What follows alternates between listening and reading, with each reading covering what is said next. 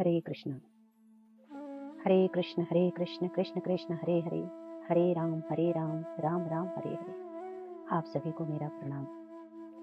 आइए आज हम जानेंगे भगवान के नाम का अत्यंत शक्तिशाली प्रभाव। आज हम यह समझेंगे कि अनजाने में भी भगवान का लिया गया नाम जीव का उद्धार कर सकता है। साथ ही यह भी हमें पता चलेगा कि पश्चाताप और भक्ति से जीवों का, मनुष्य का जीवन फिर से पवित्र हो सकता है। और इसे जानने के लिए हम लोग सुनेंगे एक ब्राह्मण पुत्र अजामिल की कथा। तो आइए कथा शुरू करते हैं। प्राचीन काल में अजामिल नाम का एक ब्राह्मण था। वह बचपन से ही संस्कारित, सत्यनिष्ठ और भगवान विष्णु का भक्त था। वह अपने माता पिता की सेवा करता, वेदों का अध्ययन करता और नियम पूर्वक पूजा करता था। एक दिन वह जंगल में फूल लेने गया। वहां उसने एक दुराचारी पुरुष और स्त्री को आपत्तिजनक अवस्था में देखा। उस दृश्य ने उसके मन को विचलित कर दिया। धीरे धीरे उसका पतन होने लगा। उसने अपने धर्म, कर्तव्य और परिवार का त्याग कर दिया और पाप में जीवन जीने लगा। अजामिल ने चोरी, झूठ, हिंसा जैसे अनेक पाप कर्म किए।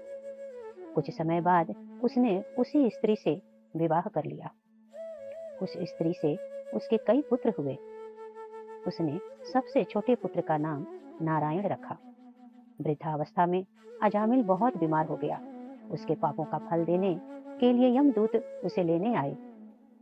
उनके भयानक रूप देखकर अजामिल भयभीत हो गया। उस समय उसे अपने जीवन के पाप याद आ गए और वह अत्यंत डर गया। मृत्यु के समय अजामिल ने अत्यंत मोहवश अपने पुत्र को पुकारा, नारायण नारायण। उसका उद्देश्य भगवान को पुकारना नहीं था। फिर भी भगवान के नाम का उच्चारण हो गया। उसी क्षण विष्णुदूत प्रकट हो गए। उन्होंने यमदूतों को रोक दिया और कहा कि जिसने जीवन में एक बार भी भगवान के नाम का उच्चारण किया है वह दंड का पात्र नहीं होता। भगवान का नाम स्वयं में पवित्र है और पापों को नष्ट कर देता है। यमदूतों और विष्णुदूतों के बीच संवाद हुआ। अंत में यमदूत लौट गए। अजामिल को नया जीवन मिला। इस घटना से अजामिल का हृदय बदल गया। उसने अपने पापों पर गहरा पश्चाताप हुआ। वह गंगा तट पर जाकर भक्ति और साधना में लीन हो गया। उसने पूरे मन से भगवान नारायण का नाम जपा और शुद्ध जीवन जीने लगा। अंततः वह भगवान के धाम को प्राप्त हुआ। हरे कृष्ण।